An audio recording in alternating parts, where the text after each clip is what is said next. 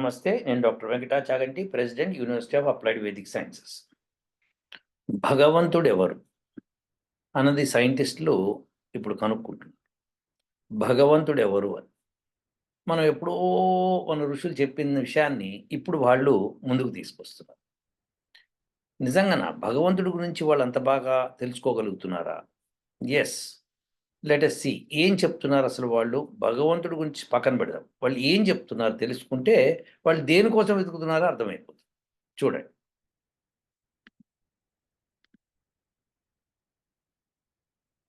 cosmic forecast blurry with a chance of orbital chaos, updated Tuesday March 26th. March 26th అంటే ఇవాళ 28th కాబట్టి మొన్న పడింది. So ఏమంటున్నారు, ఇది న్యూయార్క్ టైమ్స్లో పడింది ఇది. సో దీన్ని ఏం చెప్తున్నారో చూద్దాం ఒకసారి. Regardless of what stock markets analysts, political pollsters and astrologers might say, we can't predict the future. In fact, we cannot even predict the past. వాళ్ళ ఫ్యూచర్ సంగతి వదిలిపెడదాం, పాస్ట్ అయితే మనం అసలు తెలుసుకోలేమంటున్నారు. ఏంటో చూడండి. So much for the work of Pierre Simon Laplace. Laplace అని ఆయన పెద్ద సైంటిస్ట్ అనమాట. The French mathematician, philosopher and king of determinism. In 1814, Laplace declared that if it were possible to know the velocity and position of every particle in the universe at one particular moment, and all the forces that were acting on them, for such an intellect, nothing would be uncertain. And the future, just like the past, would be the present to it. ఇది Laplace ఎప్పుడు 1814లో చెప్పాడు. ఏమని చెప్పాడు? చక్కగా ఒక statement ఇచ్చాడు. So Laplace declared that if it were possible to know the velocity and position, అంటే ఒక పార్టికల్, ప్రతి పార్టికల్, ఈ యూనివర్స్ ఉన్న ప్రతి పార్టికల్ యొక్క వేగము మరియు పొజిషన్ తెలుసుకుంటే, so every particle in the universe at one particular moment, ఒక క్షణంలో, ఎప్పుడన్నా ఒక క్షణంలో తెలుసుకోగలిగితే, ఏదన్నా ఒక క్షణం అంటే ఇప్పుడు నేను మాట్లాడుతున్న సమయంలో ఎవరన్నా తెలుసుకోగలిగితే, and all the forces are acting on them, పైగా అన్ని ఫోర్సెస్ ఏవేవి యాక్ట్ చేస్తున్న దాని మీద, for such an intellect nothing would be uncertain. అలాంటి ఇంటెలిజెంట్ పర్సన్కి నథింగ్ వుడ్ బి అన్సర్టైన్, ఏది అన్సర్టైన్ కాదు. And the future, just like the past, would be the present to it. Would be the present to it అంటే ఇప్పుడు present లాగా అనిపిస్తుంది అతనికి. ఎవరైతే ప్రతి పార్టికల్ని, ప్రపంచంలో ప్రతి పార్టికల్ని, వాటి యొక్క వెలాసిటీ, పొజిషన్ ఈ క్షణంలో, ఏ క్షణంలో ఉన్నా సరే తెలుసుకోగలిగాడు అంటే ఈజ్ ది గాడ్. అది ఇంపాసిబుల్ అని చెప్పేశాడు. అతను చెప్పడం కాదు, ఇప్పుడు సైంటిస్టులు కూడా చెప్తున్నారు అదే విషయాన్ని. ఇంకా ముందుకెళ్తే మనకి ఇప్పుడు ప్రస్తుతం సైంటిస్టులు ఏమంటున్నారో తెలుస్తుంది. So Laplace's dream remains unfulfilled because we cannot measure things with infinite precision. చూడండి, మెజరింగ్ అనే వర్డ్ క్లియర్గా స్ట్రెస్ చేసి చెప్తున్నాడు. Can't measure things with infinite precision, and so tiny errors propagate and accumulate over time, leading to ever more uncertainty. ఇంకా అన్సర్టనిటీకి వెళ్ళిపోతుంది. చిన్న చిన్న errors వచ్చినాయి అంటే అన్సర్టనిటీకి వెళ్ళిపోతుంది. ఎందుకో కూడా చెప్పాడు. ఇది చాలా ఇంపార్టెంట్ విషయం అండి, బాగా వినండి జాగ్రత్తగా. As a result, in 1980s, astronomers including Jacques Lascar of the Paris Observatory concluded that computer simulations of the motions of planets could not be trusted when applied more than 100 million years into the past or future. By way of comparison, the universe is 14 billion years old ani, the solar system is 5 billion years old ani, ఈ సోది ఎట్లన్నా మా ప్రతి రెగ్యులర్గా ఉండే సోది. ఇప్పుడు వాళ్ళు ఏం చెప్తున్నారంటే, as a result in the 1980s, astronomers including Jacques Lascar, famous ఆయన, of the Paris Observatory concluded that computer simulations of the motions of planets could not be trusted when applied more than 100 million years into past or future. పైగా లస్కర్ అని ఆయన ఏమంటాడంటే, మనము computer simulations apply చేసినా 100 million years కంటే వెనక్కి వెళ్ళలేము. అప్పటికి అసలు అంత క్యాస్ ఉంటుంది. క్యాస్ అంటే ఏంటంటే అట్టర్ డిస్టర్బెన్స్ అనమాట. అట్టర్ కన్ఫ్యూజన్ ఉంటుంది. ఆ కన్ఫ్యూజన్ క్యాస్ అని ఇంగ్లీష్లో ఒక పదం ఉంది. సరే, దాని కేయాస్ ఏదో ఒక వర్డ్ కేయాస్ అనే అంటాము ఇక్కడ. సో మిగతా చోట్ల ఏమంటారో తెలియదు. సో మొత్తానికి అది. అయితే ఇప్పుడు లస్కర్ ఏమంటాడంటే, మనం 100 మిలియన్ ఇయర్స్కి వెనక్కి వెళ్తే అసలు ఏముందో కూడా తెలియదు. ఎందుకంటే ఓకే, ఇప్పుడు అర్త్ ఉంది, అర్త్ భూమి చుట్టూ తిరుగుతూ ఉంది, మళ్ళీ తిరుగుతుంది. సో ఈ మోషన్ని చూసి మన పాస్ట్లోకి ఇలా తిప్పి మళ్ళీ బ్యాక్కి తిప్పుకుంటే 100 మిలియన్ ఇయర్స్కి అది ఎక్కడుందో చెప్పొచ్చు అని అనుకుంటాం అనుకోండి, అది తప్పు, మనం చెప్పలేమంటాడు ఆయన. ఎందుకు చెప్పలేమంటాడో చూడండి, అది కూడా విశేషం అనమాట.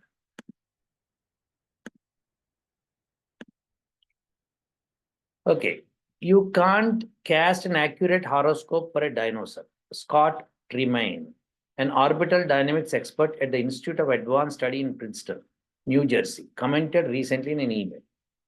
The ancient astrological chart has now become even blurrier. A new set of computer simulations, which take into account the effects of stars moving past our solar system, has effectively reduced the ability of scientists to look back or ahead by another 10 million years.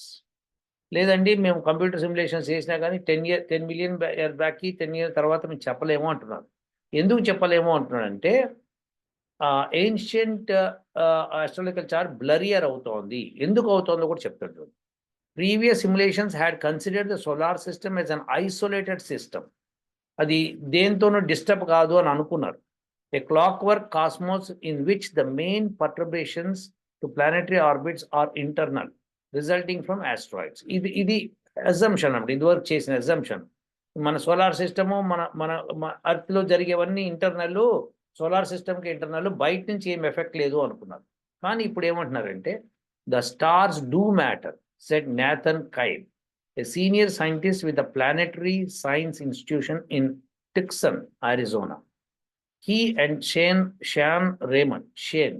Raymond of the laboratory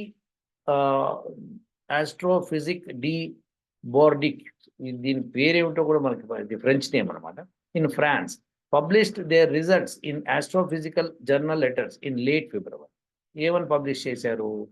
The researchers discovered that sun-like star named HD 7977, which currently lurks 247 light years away in the constellation Cassiopeia, could have passed close enough to the sun about 2.8 million years ago to rattle the largest planets in their orbits. So, conclusion ఏంటంటే, ఒక కొన్ని million years back ఒక sun-like star మన sun చాలా దగ్గరగా వచ్చింది. దగ్గరగా అంటే ఏదో సెంటీమీటర్ల దగ్గరగా కాదు, బిలియన్స్ ఆఫ్ మైల్స్ దగ్గరగానే వచ్చింది. దాని మూలంగా ఆ క్యాలిక్యులేషన్ చేస్తే ఆ స్టార్ మాస్ ఈ మన సన్ మాస్ తీసుకొని డిస్టెన్స్ తీసుకొని చెప్తే అది could have caused some disturbance in the outer planetary system. అంటే జూపిటరు, సాటర్న్ ఇట్లాంటి వాటి మీద ఎఫెక్ట్ చూపించింది. ఆ ఎఫెక్ట్ చూపిస్తే ఏమవుతుంది, అలా చూపించిన ఎఫెక్ట్ డెఫినెట్గా మిగతా ప్లానెటరీ సిస్టమ్ మీద పడుతుంది. భూమి మీద టెంపరేచర్స్ పెరిగి ఉండొచ్చు, మొత్తం మ్యాన్ కైండ్ నాశనం అయిపోయి ఉండొచ్చు, లేదా కొంతమంది మిగిలి ఉండొచ్చు. ఇలాంటివన్నీ థియరీస్ అని బయటకు వస్తుంది. సో దీన్ని బట్టి మనకి ఏమవుతుంది, మనం అర్థం చేసుకోవాల్సింది ఏంటో చూద్దాం. ఒకటండి, వాళ్ళు ఇప్పుడు ఒక కంక్లూషన్కి వచ్చింది ఏంటంటే, సన్-లైక్ స్టార్ ఏదో మన సన్ని డిస్టర్బ్ చేసింది ఒకప్పుడు, అందుకని మన అవుటర్ ప్లానెటరీ సిస్టంలో డిస్టర్బెన్స్ ఏర్పడి అవి ఇన్నర్ ప్లానెటరీ సిస్టంలో డిస్టర్బెన్స్ వచ్చింది. ఇదే విషయాన్ని నేను అక్కినపటి రాఘవేంద్ర ఒక రీసెర్చ్ వర్క్ చేస్తుంటే, బుధుడు లేడు, రామాయణం సమయం బుధుడు లేడు అని చెప్పాం. కరెక్ట్. కాబట్టి అది లేదని చెప్పాం. కానీ వీళ్ళందరూ 4.8 బిలియన్ ఇయర్స్ అని చెప్పుకుంటున్నారు. సో అది తప్పు. ఎందుకంటే ఈ ర్యాటలింగ్ ఏర్పడినప్పుడు, ఇలా కొన్ని మిలియన్స్ ఆఫ్ ఇయర్స్ బ్యాక్ ర్యాటలింగ్ ఏర్పడినప్పుడు, ఈ జూపిటర్ నుంచి ఒకానొక ఏమంటారంటే ఉపగ్రహం వచ్చి మూన్ని ఢీకొట్టింది. ఆ మూన్ నుంచి ఢీకొట్టింది కొంత శకలం వెళ్ళి బుధుడిగా ఏర్పడింది. ఇది లెక్క మేము చెప్పింది. సో ఆ లెక్క ఇప్పుడు కరెక్ట్ అవుతుంది. ఎందుకంటే వాళ్ళు ఇచ్చిన టైం ఫ్రేము అప్రాక్సిమేట్లీ మీకు చూపించాను, 8 మిలియన్ ఇయర్స్ బ్యాక్ అని. మళ్ళీ చదువుతాను. So the researcher discovered the sun-like star which currently this one could have passed close enough to sun about 2.8 million years ago. చూసారా 2.8 million years ago చాలా close గా pass అయి ఉండొచ్చు to rattle the largest planets in the orbits. Largest planets ఏంటండి? Jupiter and Saturn. So ఈ రెండింటిని అది disturb చేసి ఉండొచ్చు. కాబట్టి అవి ఏవో ఒకటి జరిగి ఉంటుంది దానిలో. ఏం జరుగుతుంది? దానిలో ఉపగ్రహాలు విడిపోయి ఉంటాయి. ఆ రాటలింగ్ ఏమవుతుందంటే ఆ గడబడి జరిగినప్పుడు ఒకటి బయటికి వెళ్ళిపోయి ఉండొచ్చు. మీరు కొన్ని పల్లీలు ఒక చిన్న డబ్బాలు వేసుకుని ఇట్లా ఊపండి, ఒకటో రెండో పల్లీలు బయటకు వచ్చి పడతాయి. సో ఇది జరుగుతుంది, ఎప్పుడు జరిగేది రాట్లింగ్లో. సో అలా మనకి తెలుసు అని చెప్తున్నారు. సో దేర్ఫోర్ మనం ఇప్పుడు అర్థం చేసుకోవాల్సింది, కంక్లూజన్ ఒకసారి ఇద్దాం. ఒకటండి, డెఫినెట్గా ఎప్పటికప్పుడు రాట్లింగ్ ఏర్పడుతున్నాయి. అందుకని మనము కలియుగము, ద్వాపర యుగము, త్రేతాయుగము అండ్ సత్యయుగం అని పెట్టుకున్నాం. ఈ క్యాలిక్యులేషన్స్ చేసే ఏదో ఒక స్టార్ దగ్గరకు రావడం మూలంగా గడబడ ఏర్పడి మొత్తం అర్త్ మీద జలప్లవం కానీ లేకపోతే భూకంపాలు కానీ వచ్చి చాలా మటుకు మ్యాన్కైండ్ డిస్ట్రాయ్ అవుతున్నారు. సో ఆ డిస్ట్రక్షన్ అయిన తర్వాత మళ్ళీ మొదలవుతుంది సిస్టమ్. ఇది ఇంకొక వీడియోలో మళ్ళీ చూపిస్తాను. ఇప్పుడు సైంటిస్టులు కూడా అదే చెప్తున్నారు, ఆ విషయాన్ని మళ్ళీ చూపిస్తారు. ఇప్పుడు ప్రస్తుతం మళ్ళీ ఇక్కడికి వచ్చేద్దాం, కన్ఫ్యూజ్ అయిపోతున్నాయి. అయితే వీళ్ళు మొత్తానికి ఏమవుతుందంటే ఈ స్టార్స్ వీటి యొక్క మోషన్ మూలంగా డిస్టర్బెన్స్ ఏర్పడినాయి. కాబట్టి నేను అఖిలపటి రాఘవేంద్ర చేసిన రీసెర్చ్ సత్యం అని తెలుస్తోంది అన్నమాట. అది ఒకటి, నంబర్ 1 పాయింట్. నంబర్ 2, లాప్లాస్ చెప్పినట్టు ప్రతి పార్టికల్ అంటే ప్రపంచంలో ఉన్న ప్రతి వస్తువు దాని యొక్క స్పీడ్ అది ఎక్కడుంది పిన్ పాయింట్గా ఏదో ఒక క్షణంలో చేయగలిగితే అప్పుడు కానీ మనం పాస్ట్ ప్రెజెంట్ చెప్పలేము. పోనీ మనకి ఇప్పుడు కంప్యూటర్స్ ఏమైనా చేయగలుగుతాయా? చేయలేవా? కంప్యూటర్స్ అన్నీ కలిపినా మొత్తం ప్రపంచంలో ఉన్న కంప్యూటర్ సరంజామా తెచ్చి పెట్టినా కానీ అది అవ్వదు. ఇది వాస్తవం. అవ్వదని మీరు ఎట్లా చెప్తున్నారు అని మీరు అడగచ్చు. నేను చెప్పగలుగుతాను. ఎందుకంటే ప్రతి క్యాలిక్యులేషన్కి ఒక అమౌంట్ ఆఫ్ మెమరీ కావాల్సి వస్తుంది. సో ఈ ప్రపంచంలో ఉన్న అన్ని పార్టికల్స్ తీసుకొని ఆ మెమరీని దానిలో పెట్టాలి అంటే ఏ కంప్యూటర్ సరే. సో ఇది పాయింట్. అయితే ఏంటి, భగవంతుడి గురించి మొదట మాట్లాడారు కదా, ఇప్పుడు ఆ భగవంతుడు ఎక్కడి నుంచి వచ్చాడు? కలయతి సంఖ్యాతి సర్వాన్ పదార్థాన్ సకాలః. భగవంతుడి పేరు కాలము.